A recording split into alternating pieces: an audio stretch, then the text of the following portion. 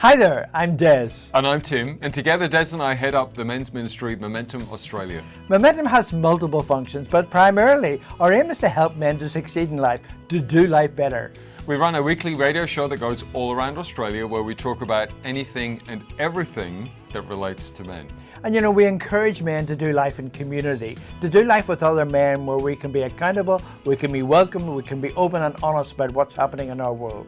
We'd love you to have a look around our website. That's momentumaustralia.org. There you'll find a bunch of resources to help you on your journey and all of our previous episodes and topics. We thank you for your interest in Momentum Australia, and we hope you enjoyed this video today. Okay, welcome to this week's Momentum. As always, really great to have you tuning in and spending some time with us here at Momentum. And, you know, we are nationwide and worldwide through our podcast, which is really, really special. So if you're not in Australia at the moment, a big warm welcome to you as well.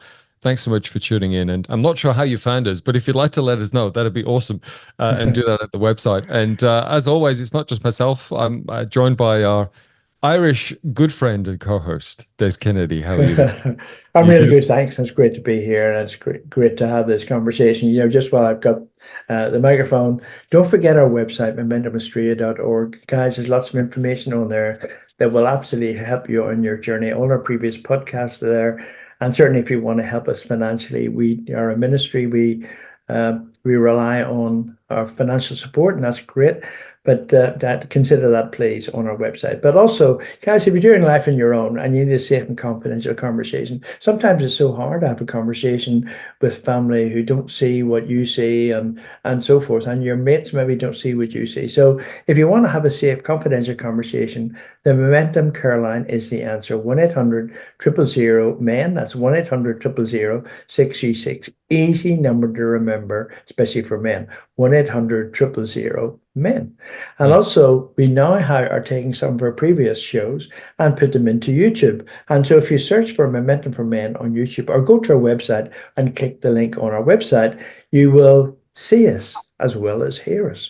And that's I think it's a really good thing, but it's a really cool thing. So yeah, it's great to be here. In all fairness, we've not had any complaints, Des.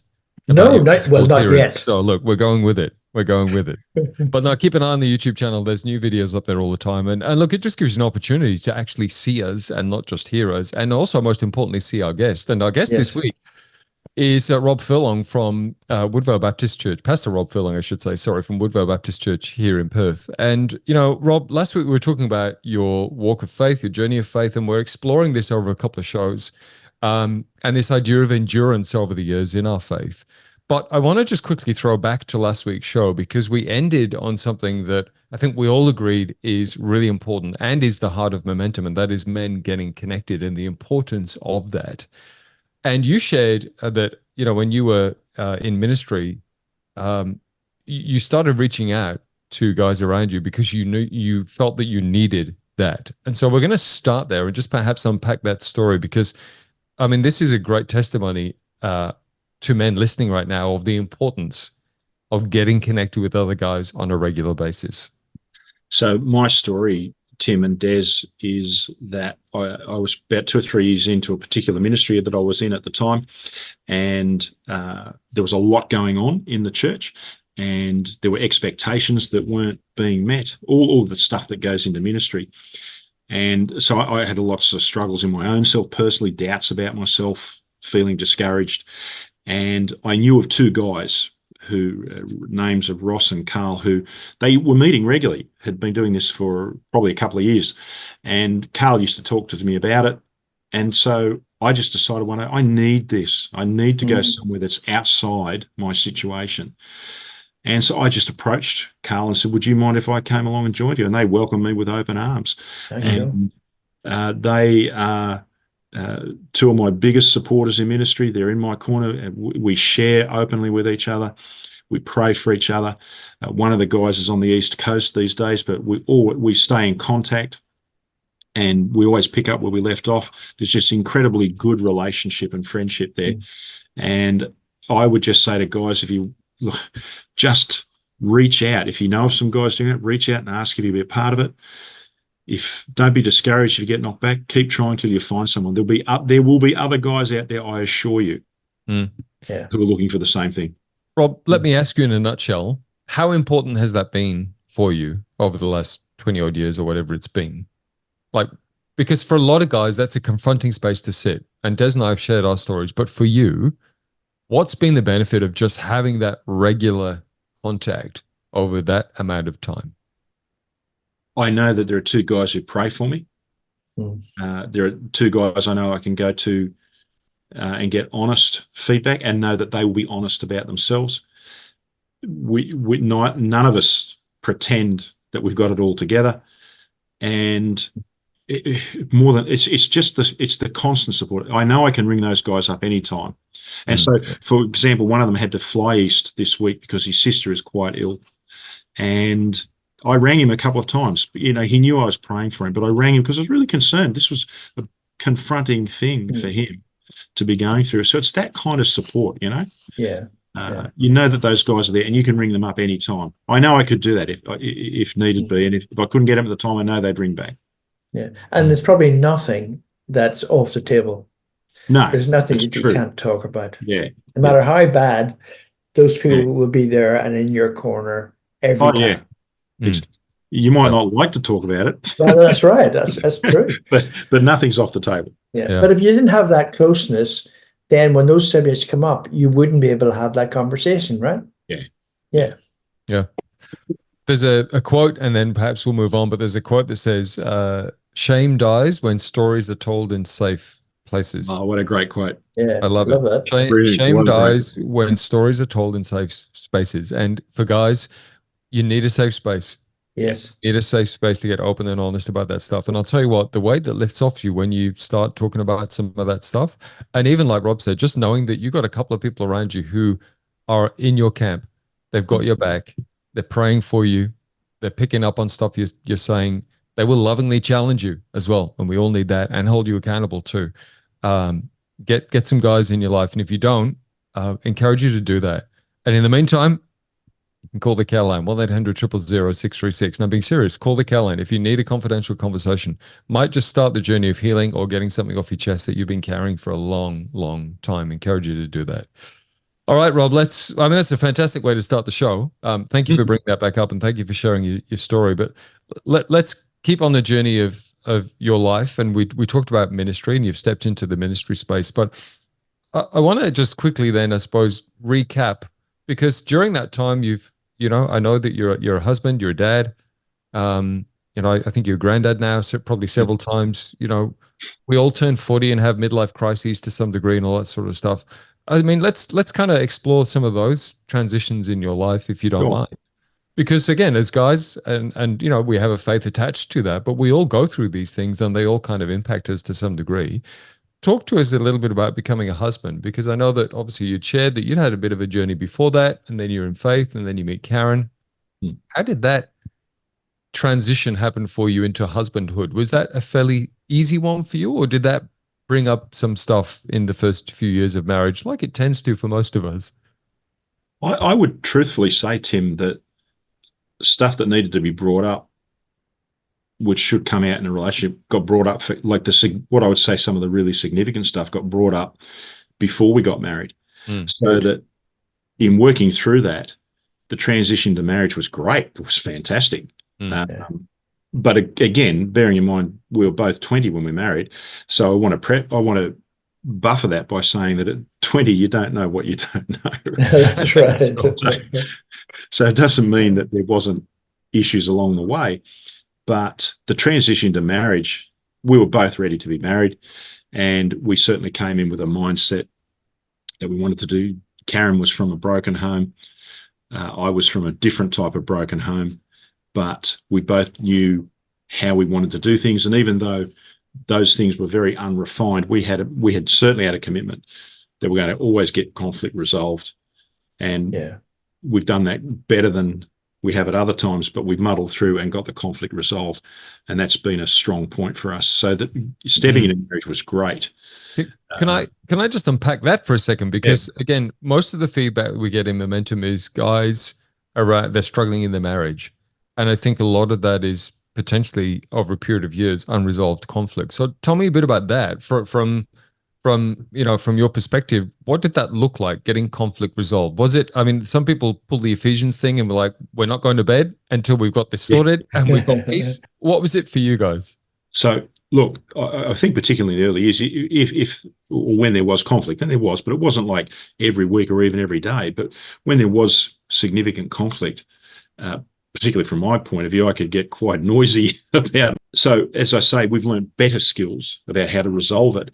However, after that, whatever, if there was a blow up or whatever, both of us, and I think it was something we read in a book early in the piece in our marriage, both of us would seek forgiveness and apologize. Yeah. Karen will tell you, and I'm not taking credit for this. Karen will tell you, she said she grew up in a family where sorry was never expressed. Now, certainly it was never expressed by my father, but my mum used to say sorry.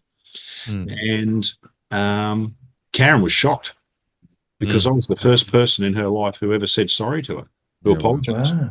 The first time it happened, that was before we got married. She was shocked.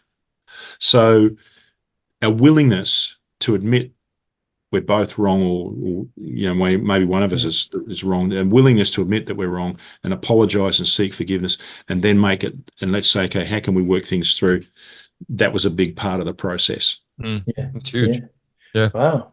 I mean, think it was a huge culture shock for her, and in the sense that it was. she didn't understand how to ask for forgiveness even.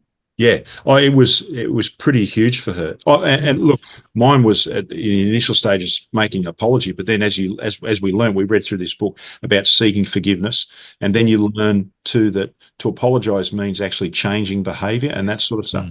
So those are things we've learned along the way. Yeah. Can I also say from my experience too, the apology is good, but then also learning to let it go, to let it drop. Oh yeah. Yeah. Right. And I'm thankful now that I'm in a marriage where we do that very quickly, and we get on, we make up, we get on with it, and we just let it go. We don't keep bringing it up or go back to it in 3 days time, or 3 weeks down the track, and we want to throw something in there as a barb. I just like that stuff. I think is so important. Letting go. Letting go, absolutely. Forgiving, but also then letting it rest. Step into the dad space with us then, Rob, because how old were you when you became a father? So I was 23. Yeah. So that's pretty young. So you get the perspective. Started the church in the March, and in April I'm a father. So my nothing to see here. My eldest daughter, I've just celebrated 40 years of ministry, and then she celebrated her 40th birthday. Yeah. Just a few weeks back. Right. And look, again, I loved being a father, and it was something I particularly wanted for Karen as well, because of losses that she had experienced in her life, and to see. So it was probably a lot more about her wanting to see her fulfilled as a mum and see that part of her life fulfilled. But that's been a learning curve, and I can certainly say I hope I'm a better father today than I was when I started out. It's a learning experience. Again, we had a commitment that we wanted to raise our kids in the ways of God, and that they would understand that faith was part of the journey. And I think we've certainly modeled that and taught that to our kids over the course of the 40 years. So some advice for young dads listening, Rob.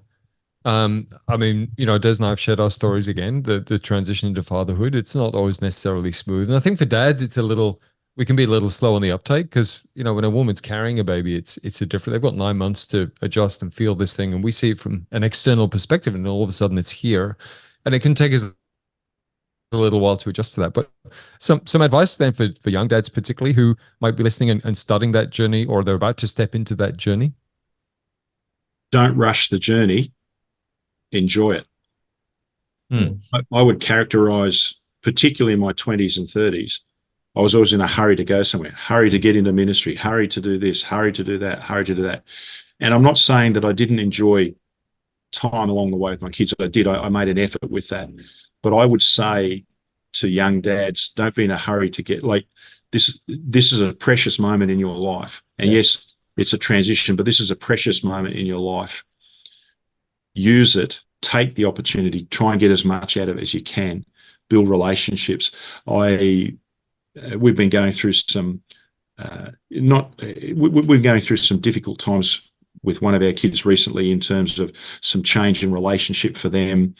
And that's been, I've got to be careful about talking about it because we love both people in the situation, but it's been a difficult transition for them and for us. And I found myself sitting out the front of my house looking at dads and mums walking around with their little 5-year-old daughter thinking, oh, I wish I had that time back. Yeah. Yes. So don't rush it. Yes. Take the time. Yes. Take the time to enjoy, because you will never get it back. Yeah. Very, very sound advice. And I Rob, wish can you'd I given me ask- that advice 50 years ago. Rob, can I ask, has that been at times, being really honest, has that been at times at the expense of your family? Because often in our 20s and 30s as a man, we want to put a footprint on the world and we want to try and be successful. And Des's story, with respect, Des, I mean, you've shared it, is that, at the expense of family at times. Yeah. So You've been guilty of that too, Rob? So look, there will be times when it's going to cost you in ministry with your family. However, I can truthfully say, like, Karen and I have had this discussion as well. I'll wear my mistakes as a father and as a parent, but I can truthfully say from the outset of ministry that I made it a goal that after God, Karen came first and then my family and then ministry. So I can truthfully say I've never consciously I'm not saying that ministry hasn't at times cost us as a family. There will be those times that has to happen. And when that happened, I would explain to the kids why. I didn't just leave it in a vacuum. So I would say, look, I know that we were planning this, but this has happened. That did not happen very often. But I can truthfully say that I did not put the church in front of my family, because Scripture says in 1 Timothy 3 that I'm to be the husband of one wife and a good father. And I figured if I failed, and I'm not a perfect father, but I figured if I failed in those areas, how can I lead the church? The best thing I can do for the church is actually model a godly marriage and a godly family. It doesn't mean my kids are all going to be Christians, but to the best of my ability, what I try to do is if I put my energies into that, because what does it matter if I build a church? Not I, but if a church gets, I could build a church in 2000 or whatever guys think that. You got 2,000 people coming along. If my marriage cracks up halfway through the ministry, look at the damage it does. And I'm not saying that it's easy. Of course, you're going to have temptation, chuck you at all sorts of stuff. But we have to make commitments about what is essential, what are the important things. Because there is no point. Look at the damage that happens when a leader falls. Yeah. The damage that happens. Not just, and the damage that it does to the church. And I've seen that happen over and over again. I don't want to be a statistic. I want to finish it. I want to finish well. I love that. It's powerful. That's so good. And I think the key message there is get your own house in order. So, Rob, tell us a bit more about the things the lessons you have learned in doing life. Okay, well, yeah. I mean, there's sort of lots of things we could talk about. We've kind of talked around the faith and family issues, but I would certainly maybe summarize that by saying, obviously, faith comes first, your relationship with God. So that has to be the priority. And then after that, our responsibility is to our family.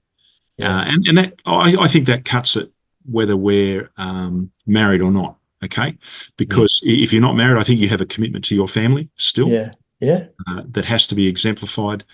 And then things like church, ministry, work, whatever those things come next. So faith is a priority, God first, family second. We talked at length, I think, about the importance of friendship, but just to reiterate again, particularly to the guys listening, if you haven't got a group of friends, you've got to find some. It doesn't have to be many, but 2 or 3 guys. There will be guys out there, I assure you, who are looking for something to talk to or someone to talk to. So friendship relationships are important. On the subject of ministry, and this goes for all of us, look, I'm a pastor, but I just happen to do, my role just happens to be full-time. There's no distinction. I don't think there should be any distinction between ministry and secular. Everything is actually sacred if we belong to Christ. And so your vocation, what you do, is important. It's part of who you are, who God called you to be. We shouldn't have this distinction between the sacred and the secular. But what I would say, your ministry, your vocation, I think that flows out of who you are. Yeah. We tend to get it round the other way, that we'll do all the great stuff, whatever it is. But really, and particularly when it comes to the area of serving God, it flows out of who you are. And this leadership principle goes right across the board for everybody, regardless of what you do in life. You can only lead people as far as you've gone yourself. You can't lead. You can't lead people any further than what you've gone yourself. But the other principle, and I like to say this to people, is when it comes to leadership, whether it's in your family or your church or whatever it is, sometimes we think that the leader is like 60 yards in front of us, and that's not the case. I found in leadership, you only have to be a couple of steps in front. That's all it takes. You just, as the leader, you've just got to know what's the next step to take. What are the next couple of things we need to do? That's leadership. So we don't have to be the charismatic, up front, knock them in the aisles leader, you know? Some of the best leaders in the world are the quietest ones. Watch out for the quiet bloke. Yeah. Because that leader will inspire people, will drive people, will motivate people, will encourage people. All those things that Christ did when he was on the earth. That's how he got the disciples to come along with him, because he was a leader. So you're absolutely spot on. And look, a couple of things, some of the things, health, you've got to make health a priority. And I am not going to sit here and lie to you and say that I exercise every day. At the moment, I'm going through a pretty bad patch with that. But we do need to be careful about, simple things like diet, what we eat, that kind of stuff. We need to be careful in that space. Try and keep reasonably fit. That's important. And the one that comes up for us as guys is wealth. More and more, the older I get, the more I realize is, what, you can't take it with you. And I'm not saying I think there are some men who I know God has gifted to make money, and there's absolutely nothing wrong with that. But it's what is the goal? What's the end game here? What's the priority? So what I say is do it to the glory of God. But I'm recognizing more and more, this stuff that we've got around us, this isn't going to last. This is not the end game. The end game is glory with Jesus. There's a fair bit in the first 5 minutes of the show, so I would encourage you to go back and have a listen to that. But Rob, let me segue from that, because let's be honest, we kind of make, as guys, to be honest, we can get caught up in that space, and all three of us on this call, have had seasons at least where we've been so focused on having an impact, providing for our family, getting something behind us, which again can all come from a fairly, what seems like a harmless platform, and yet if it's not careful, we can be chasing things that we shouldn't be chasing for too long, for too much, for whatever it may be. So that ties into the next question I want to ask you, and maybe I suspect that perspective that you just shifted on with wealth, hey, we can't take it with us. Maybe that's one of these answers to this question, which is 2 or 3 things that you wish you'd learned sooner in the faith. And maybe that was one of them. Hey, I was hoping for this stuff, and at the end of the day, it's not about stuff anyway, it's about people. But what are 2 or 3 things that you wish you'd learned sooner on the journey of faith that, for guys who are a little bit younger can go, okay, that's a perspective shift for me. Look, I would relate the wealth topic to, say, just what we do in life. So it might not necessarily be accumulating money, but it might be success or our career and stuff like that. And I think, I would think probably, as I look at it, because I burnt out 18 years ago, and like you were saying a minute ago, Tim, it wasn't for the wrong reasons. We do it for the right reasons, but we get so caught up in what we're doing that you lose perspective. And I lost perspective. And I wasn't, the trouble was I wasn't doing it at the expense of anybody else. I was still putting time into my family. everywhere I turned, though, it felt like I needed to do something. The person, and probably this is the answer we're going to get, the person I was shortchanging was myself. So I wasn't carving out. I came to realize I need to carve out time for myself where I can actually process stuff. So what I would say, I think that's the mistake we make as guys, and I would have liked to have learned that lesson earlier, that the importance of carving out time for yourself, that's vital to longevity. And, I was spending time with God. That was fine. But I've come to realize I need to carve out time for myself, which meant for me, I need to have 1 day out of 7 that I'm away from everything, where I can relax, recharge, spend time away from work, not getting involved in work, just to keep so I think that's a pretty crucial thing here, because as blokes, if we're going 24 hours a day, 7 days a week, you don't process things. And there's an old saying that says, beware of the unprocessed life, because it'll catch up with you. So what did that actually look like, Rob, in your case? What did you do different in your world? After the burnout? Yeah. Very much it was instead of doing piecemeal time off here and there, it was to carve out a dedicated day a week, which we call our Sabbath. And where I've been pretty good over the last 17 years at not doing work stuff. There's things that happen from time to time, but if work has to encroach on a Friday, for example, sometimes a funeral might happen, or there might be some urgent thing that comes up, then I will reschedule the day for that week. But I'm pretty religious about that, or legalistic about that, because I know I need time away, where I'm not cluttering my head up with all of that stuff. I started to set more limits in ministry. At that time, at the church I was at, one of the things I was finding that was encroaching on my time was my message preparation. I was getting messages done, and God was blessing that. But I came to the realization I just need time away from the office where I'm not hounded. And so I set up a system around that where I could get some dedicated time where I wasn't being bombarded with office stuff. Yes. What else? Because I guess some of the habits are in place now.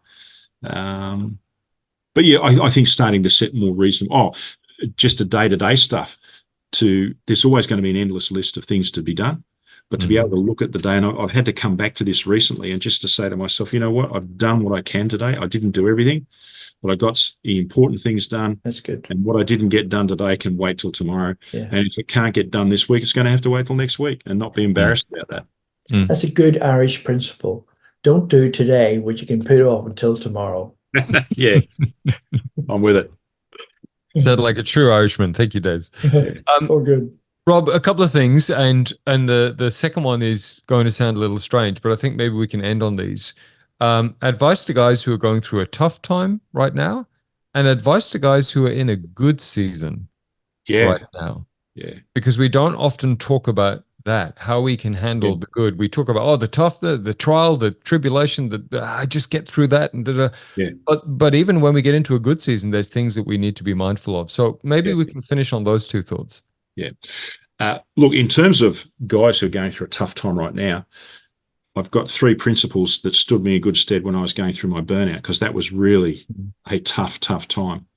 And my whole world was literally turned upside down. The first one is pray.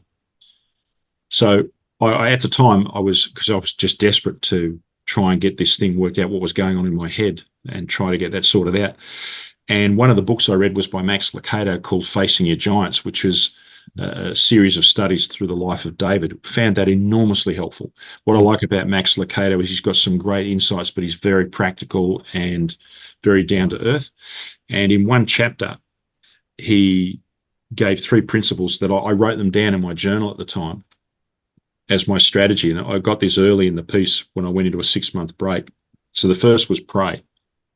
First thing you do when you're going through a tough time is turn to God. Don't turn away from him.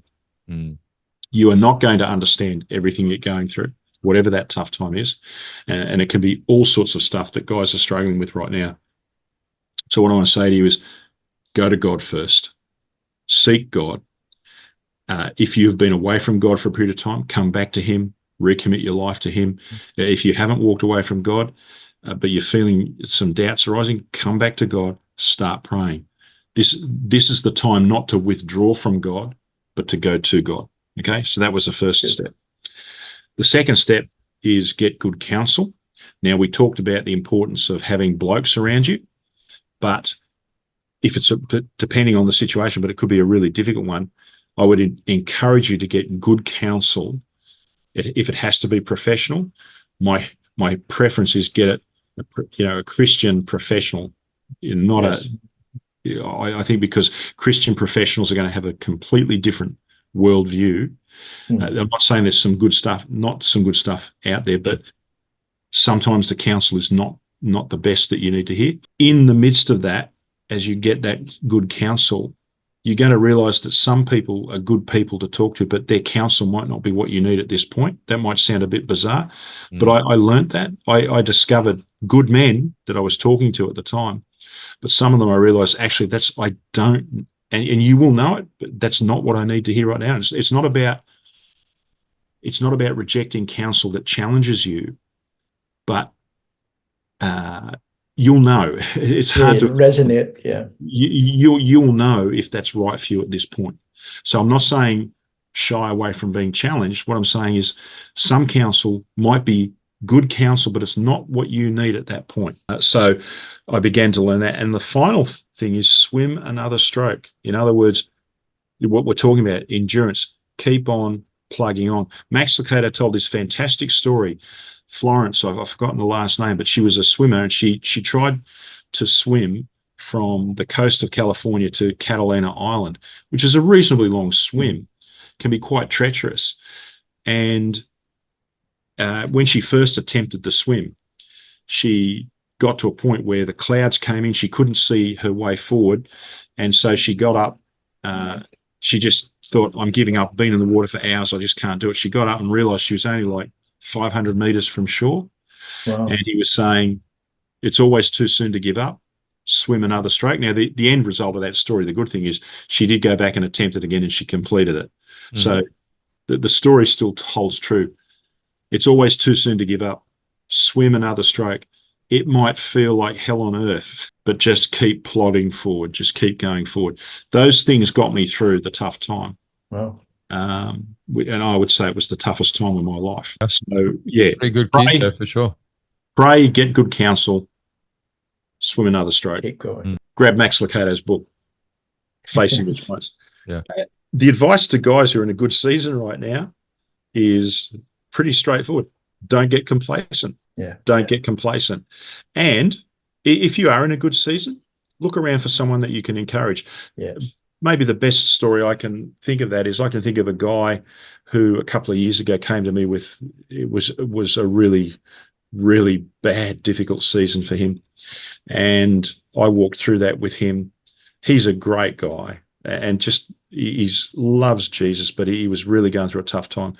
But do you know what's brilliant? He's in a good season now. He's in a great space, and he's helping a group of other men through a really and you always. I don't know if it's. I had these guys who I knew just needed someone to get around them and help them, and I was a little bit in trepidation to ask my friend, but I said, "Look, I think you're the right guy for this," and he just went, "I'll do it straight away," like that. Yeah. So if you're in a good season, I guess what I'd say is, yeah, don't be complacent. Look around and see if there's someone you can help, or if someone approaches you, like your pastor, and says, "I think you're the right guy for this," be open to it. Yeah, that's because good. you're being asked for a reason. Yeah, that's really good. There's been a lot in the last couple of weeks, and once again, we encourage you to go back to our website, momentumaustralia.org, and have a listen to these couple of shows. And of course, if you're on the podcast space as well, whether that's Spotify, Apple Podcasts, or wherever you find your listening podcast space, have a listen to these past couple of episodes. And that was the whole purpose of getting Pastor Rob Furlong on the show, to talk about endurance and picking his life apart to some degree and go, hey, is there stuff here we can glean after 40 years in ministry? And Rob, you've certainly given us lots of stuff to think about, and hopefully lots of things for the guys listening to think about as well and apply into their lives, most importantly. So our good friend and Pastor Woodville Baptist Church, Rob Furlong, thank you for your time on Momentum.